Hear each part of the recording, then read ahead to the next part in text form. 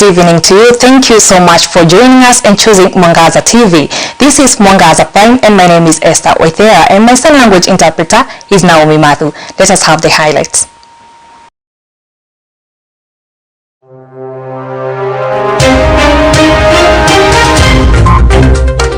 Look at the age groups and how they have been infected. 0 to 9, very few. 60, the main group. The main infections are here. Between 20 years and 39 years. This is why it is the largest. 51 people test positive for coronavirus. Tunapigia simu na majirani wako kwa shamba.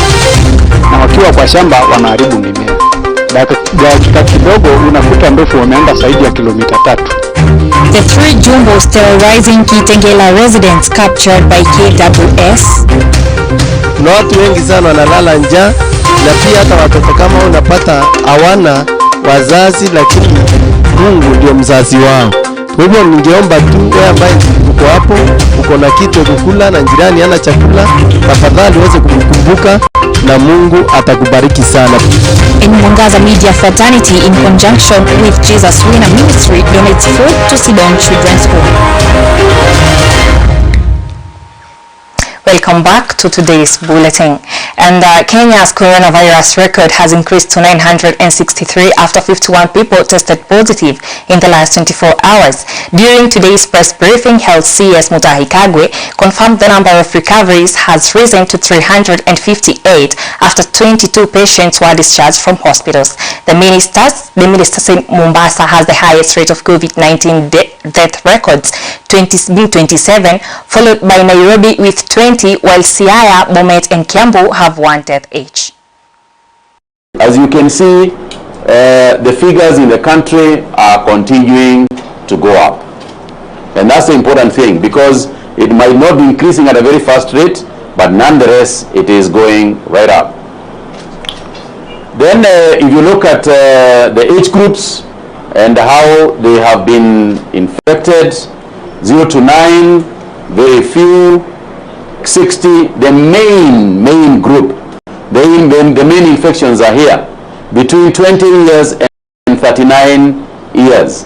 This is why it is the largest. And this is what we are calling mosquitoes, because a lot of them carry, but they don't actually succumb to it. With about 963 cases, the number of female infections, 38%, male, 62%. You can see that this gap has widened.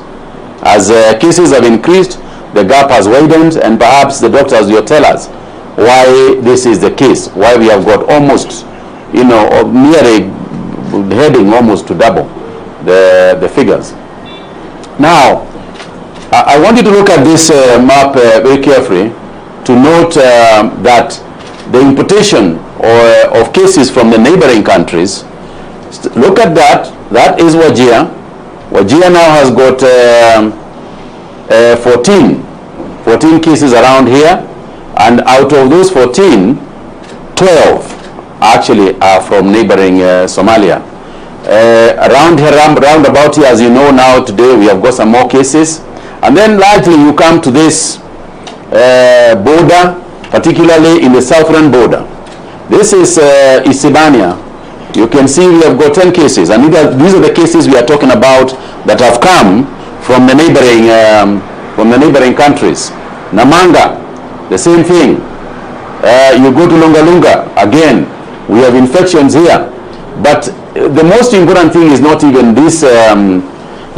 We have our team led by Dr. Amoth that went to look at the situation in Namanga the other day.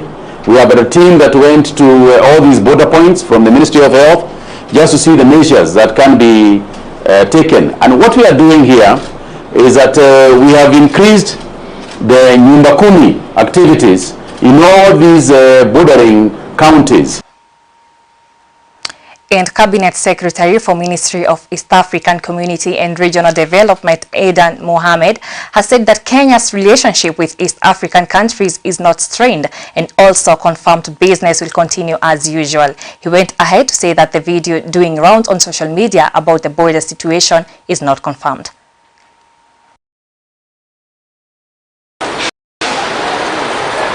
I'm sure many of you have seen the stories arising out of Tanzania about border closures and all sorts of things that have been alleged.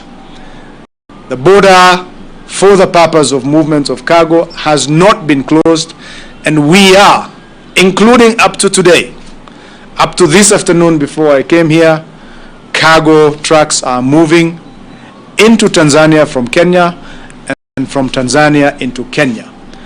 As a minimum, we will guarantee as Kenya, we will not stop any cargo trucks coming from any member states, including Tanzania. That is an arrangement that we must abide with as one of the member states of EAC. And so I just want to make sure that we keep our record straight, that we will continue to support commerce within EAC region, but of course by taking the necessary caution of making sure that everybody gets tested the same way we subject our own people to those kind of tests. A man is nursing injuries at Garissa Referral Hospital after he was allegedly shot by Kenya Police Reservist KPR in Mlangoni area in Bisan, Hargeisa in Tana River County. The attack is linked to the ongoing border dispute between the residents of Tana River and Kitui that has persisted for more than a decade now. According to his relative Aden Abdi, they did report the matter to the Bangale police station, but no arrest has been made so far. Stella Karaoke has more to this story. The man Ibrahim Mohamed Dirie, aged 20 years, was herding his camel when he was ambushed by two armed men, hitting him on the thigh of his right leg. According to his relative Aden Abdi, they did report the matter at Bagale police station, but no arrest has been made so far. Kama mtu mmoja Msomali anafanya makosa, anafaa kushikwa na adhibiwe kulingana na sheria na kulingana na katiba ya nchi hii. Lakini watu wanakata wanapiga watu mishale, wanakata ngamia mguu na wanaambia Wasomali waondoke kwa eneo hii ama ardhi hii. Na Kenya haina mpaka wa kikabila. Unaambiwa unaweza ishi pahali popote, bora tu mnaishi kindugu. Residents now want the Ministry of Interior to boldly solve the issue once and for all to avoid further loss of lives. Unaenda kwa police report, hakuna hatua inachukuliwa. Unaenda kwa media ama tunaenda kwa kutangaza ambayo hiyo shida iliyoko. Karibu mwaka 6, 7, 10 tuliyopita, hakuna hatua yoyote inachukuliwa. Sasa inaonekana kwamba serikali yenyewe anajua hiyo ni nini inaendelea, lakini hataki kufanya kusuluhisha. The border dispute between the two counties of Tana River and Kitui has seen many lives of both human and animal lost, with the latest being 2 weeks ago, where a middle-aged man was shot with a poisoned arrow near the place the incident happened. Reporting from Mwangaza Prime News, I'm Stella Karaoke. The Kenya Wildlife Service KWS on Monday evening captured 3 marauding elephants at Enkamuriaki, Kitengela area after terrorizing residents for 3 days. The 3 male jumbos had strayed from Masai Mara National Reserve, finding their way to humans' habitats. According to KWS Assistant Director Kenana Lekishon, the delay to capture the jumbos was occasioned by bad terrains in the area. Margaret Kamau tells us more. According to KWS Assistant Director Kenana Lekishon, the delay to capture the jumbos was occasioned by bad terrains in the area. Lekishon said one of the elephants with an identification collar assisted KWS to track the jumbos, and they ensured safety of residents by keeping vigil of the animals for the period they roamed in the area. This used to be a route, a migratory route of the elephants that they would use to go all the way within the ecosystem, and the elephants they remember, they use the routes that they used to go. So with time they would want to go back to how they used to pass, but unfortunately there are too many developments around. There are too many people have inhabited the areas that once used to be open areas, but now we have settlements, we have fences, we have croplands, and the city, of course. Laikipia allowed the residents for exercising patience, awaiting the capturing of the animal. When these elephants come very close to people and to the city, they pose a risk to the citizens and to the people. And so that's why we have to intervene in such situations and capture them and take them to a place that is safe, so that the lives of people and the elephants can be okay. So we've been following up these elephants, and we've been trying a couple of options and methods to try and keep them at their places where they are safe. And it has come down to this, that we have to capture them now and take them to somewhere where they'll be safe. The 3 adult jumbos were darted in an exercise that took 45 minutes, with hundreds of residents standing up to witness. KWS wamekuwa na utepetefu. Kwa sababu gani? Wanapigiwa simu na wanachukua siku zaidi ya 4 kuwasili mahali area hii. So sisi tunauliza ni kwa nini wanachukua muda mrefu kiasi hiyo kuja mahali kama hapa? Na ni ghadhabu kubwa ya kwamba baada hizo siku zote KWS hawajaweza kuchukua. Sisi tuko na hofu kwa sasa hivi. Kama unavyoona, eneo hili ni mahali ambapo kuna miti inakaa msitu. Hauwezi enda kuchunga kwa mfano mifugo yako, unaogopa, unaofia. Kwa hivyo sisi wakazi hapa tunaogopa sana, kwanza hii hawa wanyama ambao ni ndovu. The 3 were later loaded to trucks and ferried back to the Masai Mara National Park. Reporting for Mwangaza Prime News, I'm Margaret Kamau. Thank you so much, Margaret Kamau. And that report sees us to a short break. I'll be right back.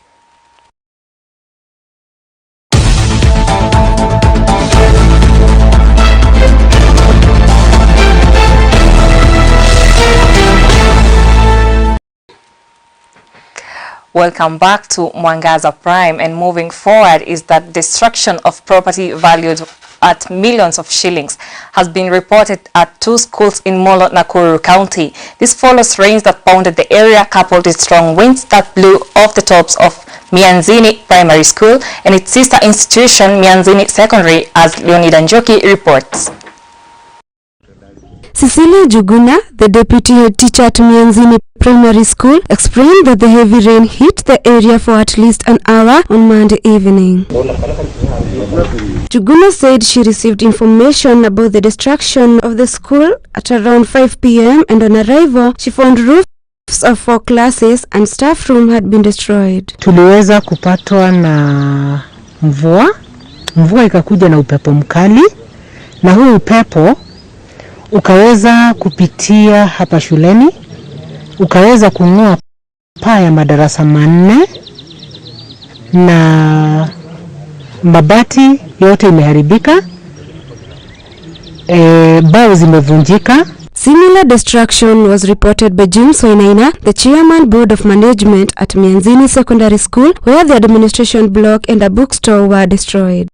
Ndani kuna computers na mashini zingine, kuna vitabu, kuna nini, na zinaendelea kuharibika.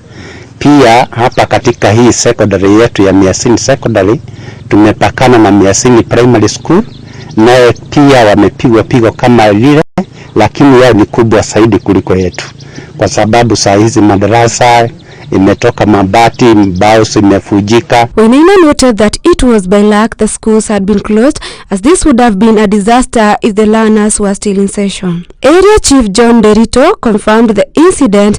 Even a smaller constituency development fund board moved in to assess the extent of damage for possible rehabilitation before learners resume in June as anticipated. Kwa upande wa shule ya upili ya Mianzini, pia iliweza kuguza roof ya ofisi administration block, na mahali kuna vitabu, kuna takirishi ziko pale zinaendelea kuharibiwa na mvua. Tumeweza kufika hapa ili tukadirie hasara ambayo imefanyika hapa katika shule hizi mbili, na ni hasara ya karibu 1 milioni ambayo imeingia hapa. Shule haina pesa, Sasa tukajaribu kuwaita, tukawaambia wakuje, wajaribu kuassess waone vile iko. Na tunamshukuru sana kwa sababu ameweza kuwatuma na wamekuja na tunasaidiana na wao ndio tuweze kukadili ile hasara iko hiyo madarasa manne na ofisi, store ya vitabu hata tunajaribu tuone vile tutaweza kutoa ndio kukinyesha isiendelee kuharibika. Chief Nderito cautioned the resident against using various roads which have been cut off by flooded rivers as rains continues. Reporting from Mwangaza Prime News, my name is Leonida Njoki.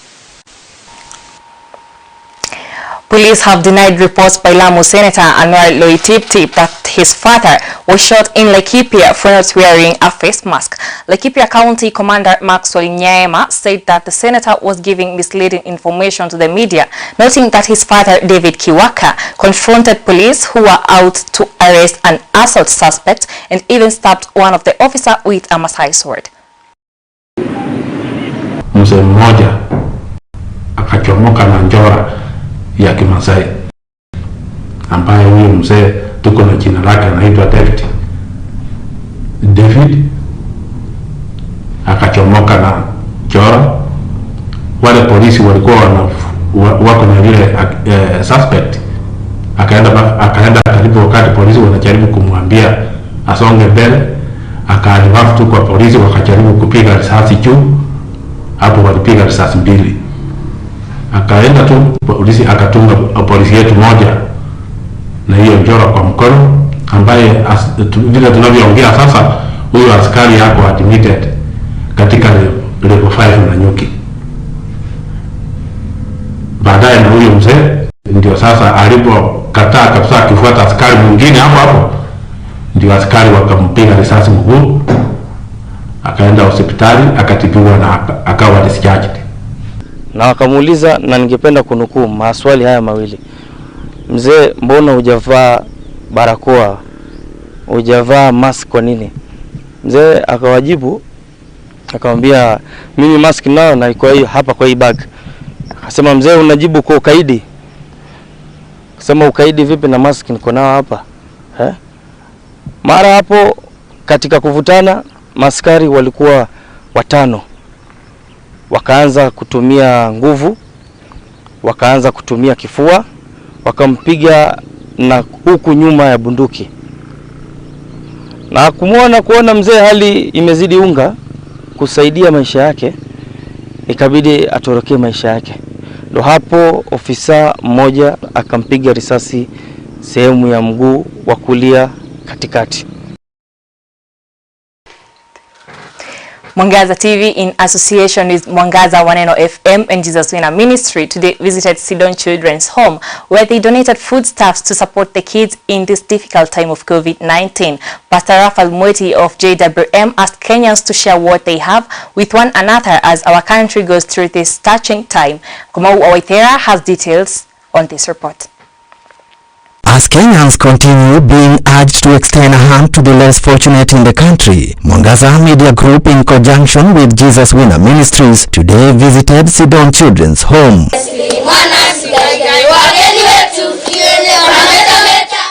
And being a Christian-founded home, one of them led us into prayers. Baba, katika jina la Yesu Kristo tumekuja mbele zako tukisema na asante. Umetubariki na wageni wengine Baba, katika jina la Yesu. Tunasema ni asante Baba. Baba, tunaomba ubariki hao wageni wenye wametutembelea Baba, katika jina la Yesu. Wasipungukiwe na kitu yoyote Baba.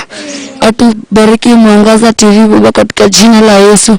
Baba, ninasema ni asante, pokea utukufu wote na sifa zote Jehova. Baba, ni asante kwa sababu utainua na utawatenda mema katika jina la Yesu Kristo. Baba, tumeomba hata na kuamini. We gave out some bales of unga, which they received warmly, and they also expressed their feelings. Kwa majina naitwa Steven Juguna. Nimefurahi sana kuona Mwangaza TV na Mwangaza FM. Mimi kwa roho yangu nimefurahi sana tukiona hawa watoto wenye wametuletea chakula. Mungu awabariki, anyunyuzie maji ya baraka. Msiwahi kosa na familia yenu yote. Mungu aonekanie. Jesus Winner Ministry tunaweza penda siku moja mkuja chazi zikifunguliwa, mtualike huko tuone venye kunaendelea.